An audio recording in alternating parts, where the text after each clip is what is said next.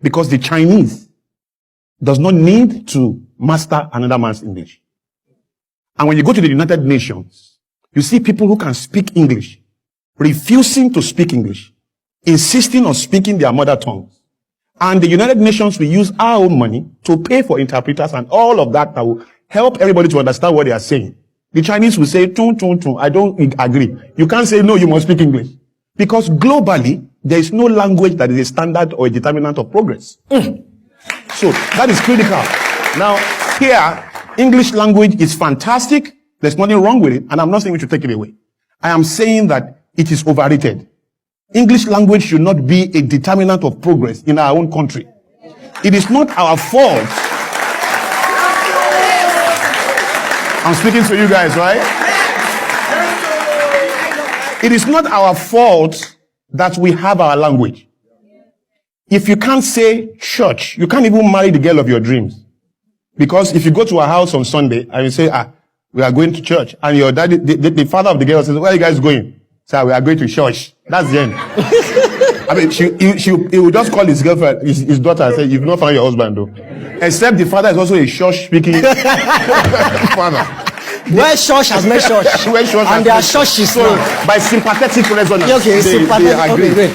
But the idea is that we really have to take a second look at this. Because if I cannot say church and I say church, it's not a proof of my intelligence. It does not define the strength of my character. It does not show the credibility of my decency. And so the people who observe me must have another kind of education that allows them to move beyond the limits of container, which is what the tongue can do. The tongue, your body, my suit, and everything I'm wearing right now is a container. My true content is the content of my character. And that has nothing to do with the way I speak. Now, this is the challenge. The guys in China, the guys in Japan, the guys in America, in England, in Germany, in France, they have learned 4 subjects in their native language. That's important. They've learned physics, chemistry, biology, and mathematics. Those 4 subjects make everything that is in this room. Physics, chemistry, biology, maths made your suit, your computer, your watch, everything in this room. Everything in the world, they made it. Every other subject is either selling what they make, distributing it, protecting it, or doing something.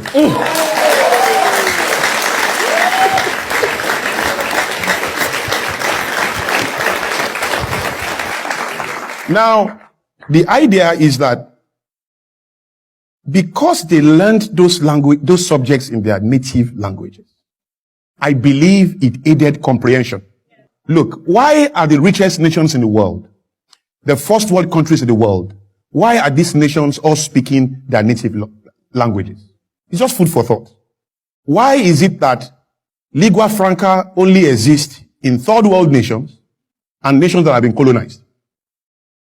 Is it not looking more and more like an agenda to keep us small? Because every time you ignore the gift of nature, you embrace another inferior fabric that in itself is artificial and cannot define your originality, your authenticity, and your strength. So,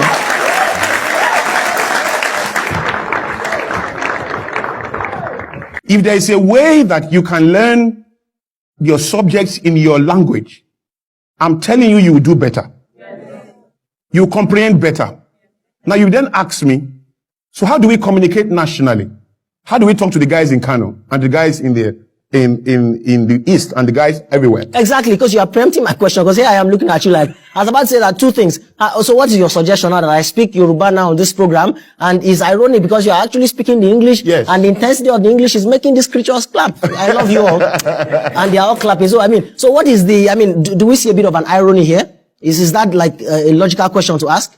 So how do I communicate with you? Yes. First of all, I would like to say that I don't have a problem with English language. We have accepted it for over 50 years now. There's nothing we can do about that.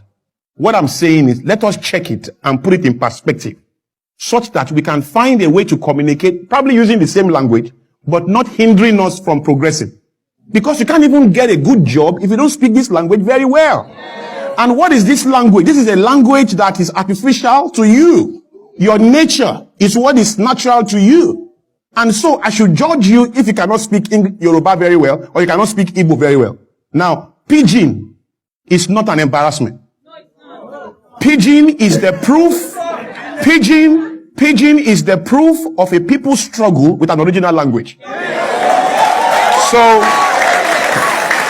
So there's pidgin French, there's pidgin English, there's pidgin Yoruba. Most of the Yoruba you speak is pidgin. There's pidgin Igbo. Pidgin is proof of a people's struggle with an original language. So there's pidgin in every language. Clemens Westhoff is supposed to be the Super Eagles' most successful coach. Meanwhile, Super Eagles is the only team in the world. I hope you know. Okay. So this Clemens Westhoff was a Dutchman. He came to Nigeria, spent some time here, won probably every competition, took us to the World Cup for the first time. But how does he speak? Tomorrow we play, Yekini score, we win. That's how he talks. When he's training, come, ball, move. That's how he talks. He never shared one correct grammar in all his years in Nigeria and after he left Nigeria and before he came to Nigeria. Are we on the same page? Yeah. But he was understood by his players. He won matches and did great stuff for the country, isn't it? But nobody complained. When he's talking to the media, he's always shelling. There's no day Clemens Westhoff does not share. Tomorrow we play Kenya, we win, score. That's how he talks. I'm come tomorrow from Nairobi, we go camp. That's how he talks. All right? But you understand that he's not an Englishman. You understand that he's Dutch. But I doubt if that's what you really understand. I think what you understood really is that he's white. And because he's white, you can forgive that imbalance. Because Shina Peter said, I wish you soonest recover. Some years ago. It took him time to recover from that error. A long time. The media finished him. Everywhere. If I get here and I say, thank you for bringing me here, that can be the end of the show. You guys can just say, who is this blast from the past? Who brought this guy here?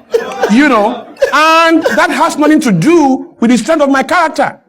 And even a lady will judge me, with my struggle with that particular grammar. And I could be the best guy in town in terms of kindness, love, because how well I can speak this grammar does not communicate the strength of how I'm able to love a woman. That was it. Okay, Mr. Show.